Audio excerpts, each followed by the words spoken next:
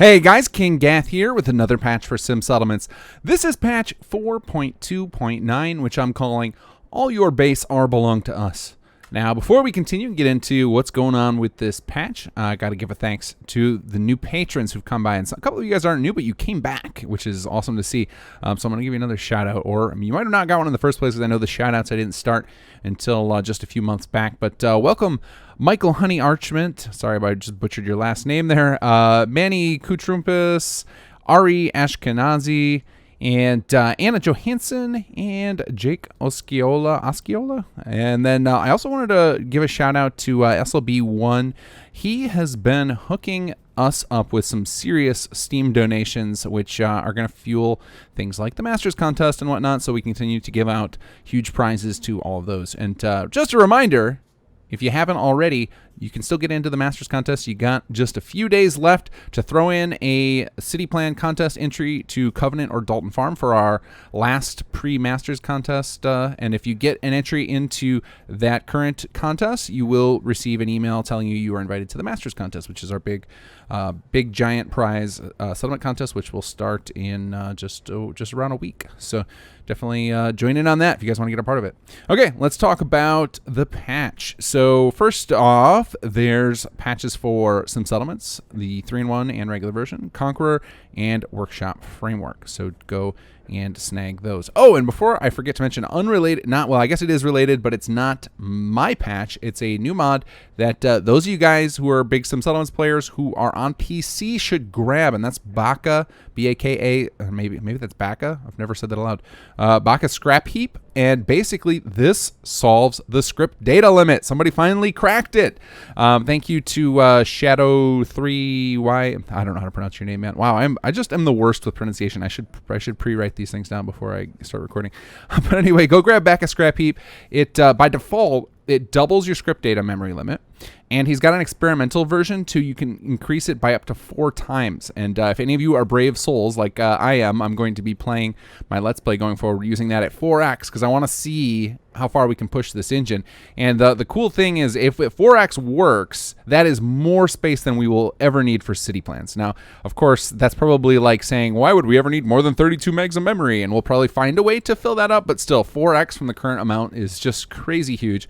Now, don't get me wrong. We're not going to stop optimizing what we're doing and improving the space that we're using because we always want to just be efficient because it just makes the game run better. But I've also read reports on the Baka Scrap Heap mod page of people commenting that it has just stabilized their game in general more. So highly recommend Baka Scrap Heap, however you want to call it. It is currently on Hot Files, but if you're using F4SE, you can use this mod and it might make your Sim Settlements experience far, far better. Okay, so let's talk about major features for this patch. So as you can see, I am here with Jammer, and we have set up in the Mechadus lair. Now, that is not something that's new. This was always possible before. But it was a little more challenging, and there were certain problems with it. So generally, when you set up your base inside of one of these interior settlements, you were kind of trapped. You couldn't really do anything from there. So if you would go to set up a new assault, you would find that there was nothing available. Well, that is no longer the case. Now, anything from inside other world spaces, you will get a list of all of the places you know about. So by default in Conqueror, there is a distance check, and part of that was designed so that you would have to spread out your empire naturally from a single location. You would have to start slowly filling up with more outposts so you could take further and further locations. And unfortunately, distance checks just don't work with a lot of these interior settlements, especially some of the ones. Oh, and I see a little bug I'll try and squeak in a fix for because these should not be here. But basically, the ability now to attack any settlement from an interior settlement is possible. You can also assault inter-world space, so you'll be able to run attacks from, say, for example, Far Harbor back to the Commonwealth or vice versa, which is something also that wasn't possible previously due to these distance checks. So basically what the new code in Conqueror does is it will continue to do the distance checks within the same world space, so any settlements in the Commonwealth will have it. The Far Harbor settlements, if you're using some of those mods like the Nukaworld one that adds a ton of different settlements there, while in that world space doing Conqueror assaults, it will continue to do the distance check, so you got to evolve your overworld empire naturally. But when you're running places in between world spaces or I'm sorry, assaults in between world spaces or from these interior settlements, it's just going to let you do it. It's going to skip that distance check, so that way any corner cases from little mod added settlements and whatnot will not prevent you from doing it. So if you love the idea of growing a gigantic army in one settlement, this is going to be a great way to do it, because these interior settlements like Mech Lair and Vault 88 don't have a lot of the world rendering issues, and so you can kind of go nuts with the amount of people you have in them. So it might be a great way to have just one, your HQ with just tons and tons of people in it. Could be a good strategy. I have no idea how far you can push it before it destabilizes your game, but I have personally seen 50 people in my Sanctuary settlement, which is crazy, out in the overworld, so I can only imagine how much more I could pull off in an interior settlement. So love to hear your guys' feedback if you start trying that and seeing how many people you can get in without collapsing your game world. So definitely give that a go if you want to try out some interior settlements. And then the next feature that I'm going to show you guys is one that I've been wanting to tackle for a very long time. I was trying to wait until our Raider storyline got to this point where it was needed, and we have had just a massive setback in the production of that storyline due to real life issues and COVID wrecking the lives of some of our developers on the team, and so that has been postponed for quite a while. So I went ahead and implemented this one particular feature, and that is power armor support for your soldiers. So if you go to one of your warriors and you go down to the very bottom, you'll find an assigned power armor, and that will put you in assignment mode. And then you can go over and choose enter power armor. There we go, on a blank piece of power armor, and they will try and walk into it. Now, for add-on pack authors, or rather faction pack authors, if you have non-standard units that should not use power armor, there's a keyword you can add to them. It's in the patch notes, you'll see it, to prevent those soldiers from getting that assigned power armor option in their little pop-up menu. So you're going to want to add that to those non-human soldiers. Any humanoids, so it should be the human race and the settler ghoul race, those should all be able to use power armor, and so you won't have any problems there. If you want to make anybody else able to use power armor, you would have to you'd have to do some serious CK work and animation work to make that happen, so I don't recommend it. But once you've got them in power armor, there's a couple of things to know. First off is when you go down here, you will now get an unassigned power armor, and that will make them get out. So for example, if you didn't use this menu and say you were using your squad, so let me show you guys a little example. One of the things that you got to be aware of, if I were to say take this guy and add him to my squad, so let's add you to my squad, personal guards. You know that once somebody's in your squad, you can actually command them. And so this is another way you can give them the power armor. Now the difference is that doesn't actually assign them to it. It just makes them go in it, because that is vanilla behavior that I did not disable. But you can still get the menu to pop them out of it. So even though they're not assigned to it right now because we used the vanilla command system to do it, when we go in here, you'll still see, oops, if we go to manage, that the unassigned power armor option is still there, so you can get them out a little easier. Previously to this patch, if you put one of your squad members in there, then when you came close to them, it would just say, it would just tell you to exit the power armor as your alternate option, and you would lose access to their menu, which was no good.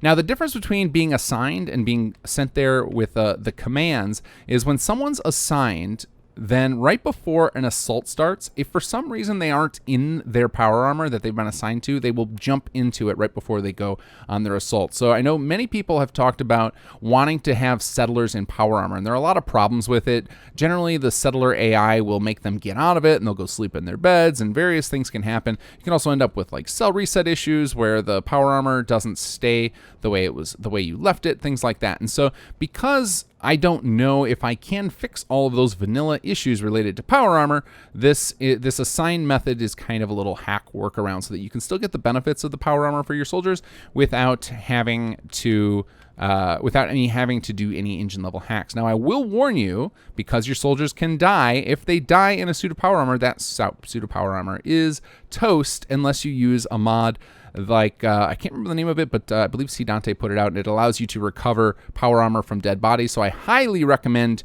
you snag that if you are going to start using power armor with your soldiers, or you will find yourself losing a lot of suits, though it will make them much more survivable to be in it. So now you can use power armor with your soldiers. It does not limit to just your normal soldiers. It would work with special units as well, assuming that they are humanoid. And yeah, I think that covers the bulk of the patch of the really exciting things. I will say one little thing for add-on pack authors. There was a feature that's been in since version 1.0 of some settlements. It was called outfits on the building plans. I finally I changed that. You'd have to, if you already set it up on your building plan, the field that you had set it up on is wrong, but I enabled that finally. So now building plan authors, you guys can go in and add support for outfits. So if you want to set up your shopkeepers to have special costumes and whatnot, you can do that. For you players, if you decide that you want that feature enabled, you have to enable it, because I didn't want that to be manual or automatically on and cause all sorts of random things you didn't expect to happen. And you can find that, I believe it's under, yep, here we go, under immersion, called settler uniform. So if you turn that on, and any of your building plans that have the uniform set up, then the settlers get assigned to that building plan plot. We'll get that uniform automatically. So again, there won't be any building plans with this yet, but I assume over time people will start adding that, because it's a feature request I've seen from many add-on pack authors. So we'll see if any of them bite and go ahead and set this up. And now this won't affect your soldiers. It only affects your normal settlers. So your soldiers will continue to use whatever gear is defined in the faction pack. But for your normal settlements, that's a little spot for you. Okay, and then as always, I like to end these videos giving away a t-shirt. So for those of you guys who aren't familiar with this, basically I'm going to give you a little hashtag to comment with, but you can't just comment with that hashtag. You've got to include something else. I don't want to be spammed with a whole bunch of hashtag comments that are not interesting to read. So put a bug report, put a funny story, put something you love about Sim Settlements, whatever you want to put in, just include something else, not just this hashtag, in the comments below. And then in a day or two, I will pick one at random, and I will get in touch with you. And, well, rather, I will comment on your comment, telling you to get in touch with me, I should say. And then once I verify you are the same person on that YouTube comment, I will hook you up with a t-shirt code. So the code for this patch is hashtag ready for Masters. Masters is just a little bit away. It's actually, I think I said a week. It's actually on Tuesday, the 28th. So we're going to be getting started real soon here. So you got just a few, you could, over the weekend, you could pull off an entry into our July city plan contest if you haven't been invited to the Masters yet. It is an invite-only contest, but I am so hyped for this. It's the first year created some of the best city plans I have ever seen, the first Masters contest, and I'm hoping we see a repeat of that this year. And the settlement is also one of my favorites. So very, very excited for that. So stay tuned, guys, for the 28th. I will be announcing that settlement for Masters. And if you haven't already gotten your invite and you did turn in a city plan for July, don't worry, we will get that to you and make sure that you get all the information you need right before the 28th, or on the whenever we announce the video and release all the information. We'll make sure that before that we have confirmed that everybody who needed to get an invite does get that, as well as all of that information, so that you guys can be ready to participate. It's a long contest. Masters contest is 6 weeks. You got 6 instead of 4, so it's not a big deal if you don't get it right on the day or anything. You'll have plenty of time to get in there and build your dream settlement. All right, guys, with all that said, take care and enjoy the mods.